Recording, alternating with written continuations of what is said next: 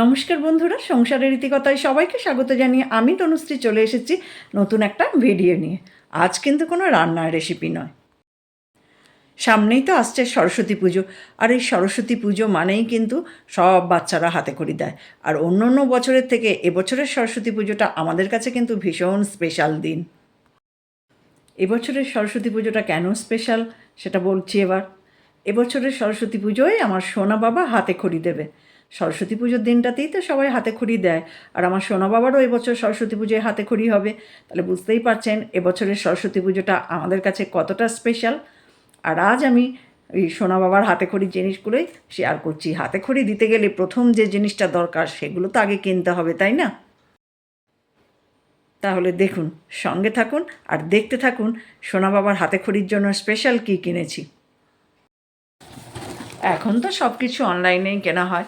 এই যে এই একটা বক্স, এই বক্সের মধ্যে কি কি জিনিস আছে এবার সেইগুলোই দেখার পালা। হ্যাঁ, আমিও এটা অনলাইনেই কিনেছি। এবার কি কি কিনেছি সেইগুলো একটা একটা করে দেখাচ্ছি। হাতে খড়ি দেওয়ার সময় প্রথমেই তো বসতে হবে। এবার বসতে গেলে কি দরকার? একটা সুন্দর আসন দরকার। এই যে এই সেই আসন।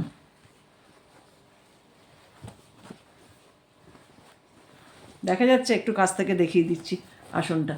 এই যে হোয়াইটের উপর রেডের কাজ, আর মাঝখানটা এরকম একটা কলকা আছে, আর এই যে কুচি কুচি দেওয়া আছে চারদিকে আসনটা। কেমন লাগছে আসনটা দেখতে? হয়ে গেল আসন।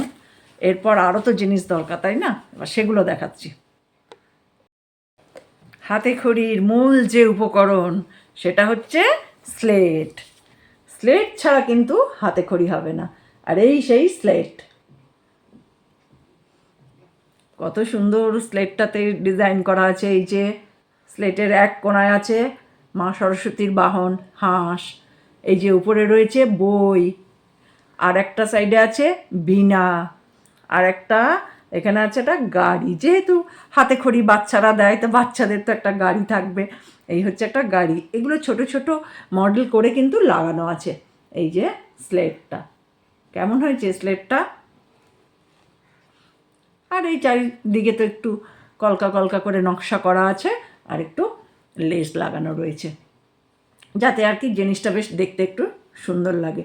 আর ছোট বাচ্চাদের হাতে খড়ির সময় একটু যদি কালারফুল না হয়, একটু অ্যাট্রাকটিভ না হলে বাচ্চারা বসবেই কেন, তাই না? আর এগুলো তো দেখলে বাচ্চা এমনিই লিখতে চাইবে। এই যে স্লেটটা। আর এরপর শুধু তো স্লেট হলে হবে না, আরও জিনিস চাই, দেখাচ্ছি। আর হ্যাঁ, সাথে তো একটা পেন্সিলও চাই, তাই না? তাহলে স্লেটে লিখবে কী দিয়ে?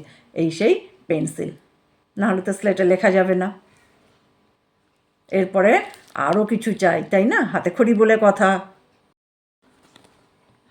আর হচ্ছে বই। বই তো লাগবেই, তাই না? হাতে খড়ি দেবে, সেখানে তো ঠাকুরের কাছে একটু বই দিতে হবে। সেই জন্যে দুটো বইও নেওয়া হয়েছে। আর বাকি জিনিসগুলো দেখাচ্ছি। এত ছোট বাচ্চা, তাকে হাতে খড়ি দেওয়া হচ্ছে, সে তো বসতেই চাইবে না। এবার দুটো একটা খেলনা না হলে কি বসে? সেই জন্যে এই যে এই একটা বল কেনা হয়েছে। এই যে বলটা একটু দেখিয়ে দিই। এই যে বলটা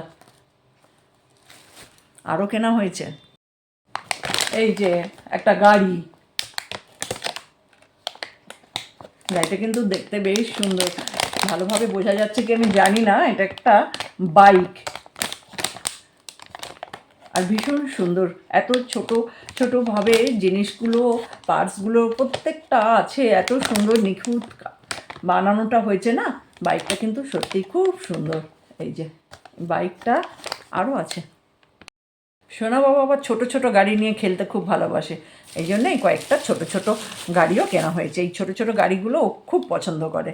এইগুলো এই কারণ কেনা হয়েছে এগুলো।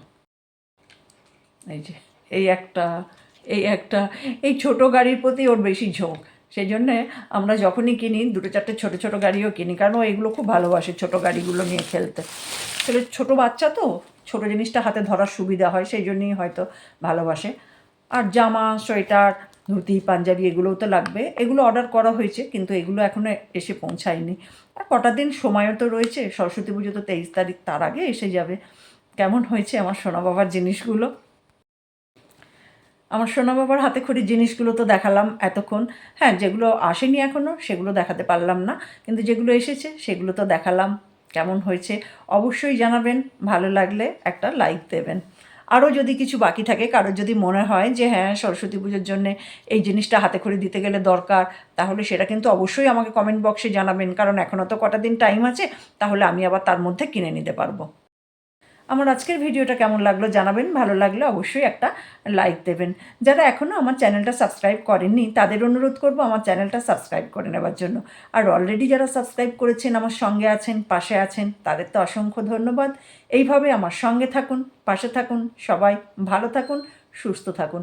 আর হ্যাঁ, সবাই আশীর্বাদ করবেন আমার সোনা বাবা যেন অনেক বড় মানুষ হয়, অনেক বড় মনের মানুষ হয়, বড় হয়ে মানুষের মতো মানুষ হয়ে উঠুক, এই আশীর্বাদ করবেন সবাই আমার সোনা বাবাকে।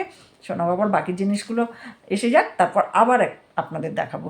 সবাই ভালো থাকুন, সুস্থ থাকুন। দেখা হবে অন্য কোনো দিন অন্য কোনো ভিডিও নিয়ে। ভালো থাকবেন সবাই।